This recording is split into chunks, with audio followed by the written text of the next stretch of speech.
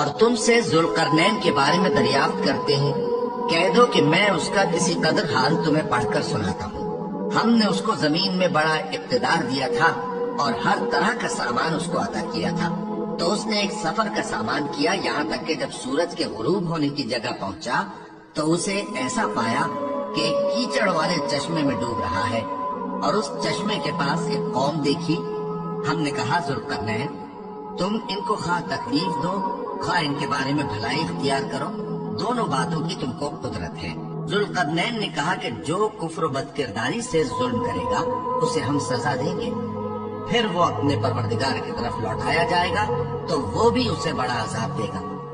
اور جو ایمان لائے گا اور عمل نیک کرے گا اس کے لیے بہت اچھا بدلہ ہے، اور ہم اپنے معاملے میں اس سے ڈر پاک گئے۔ پھر اس نے ایک اور سامان سفر کیا، یہاں تک کہ سورج کے طلوع ہونے کے مقام پر پہنچا تو دیکھا کہ وہ ایسے لوگوں پر طلوع ہوتا ہے جن کے لیے ہم نے دھوپ سے بچاؤ کی کوئی اوٹ نہیں بنائی تھی۔ حقیقت یوں ہی تھی، اور جو کچھ اس کے پاس تھا ہم کو سب کی خبر تھی۔ پھر اس نے ایک اور سفر کا سامان کیا،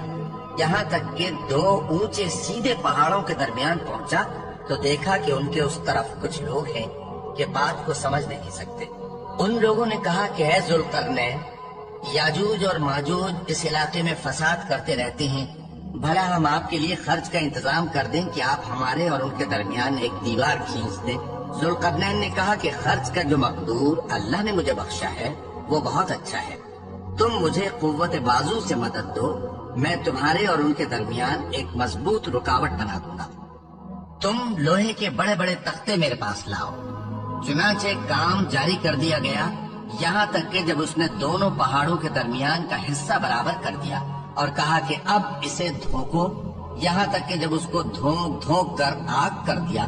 تو کہا کہ اب میرے پاس تانبا لاؤ کہ اس پر پگھلا کر ڈال دو۔ پھر ان میں یہ قدرت نہ رہی کہ اس پر چڑھ سکیں اور نہ یہ طاقت رہی کہ اس میں نقب لگا سکیں۔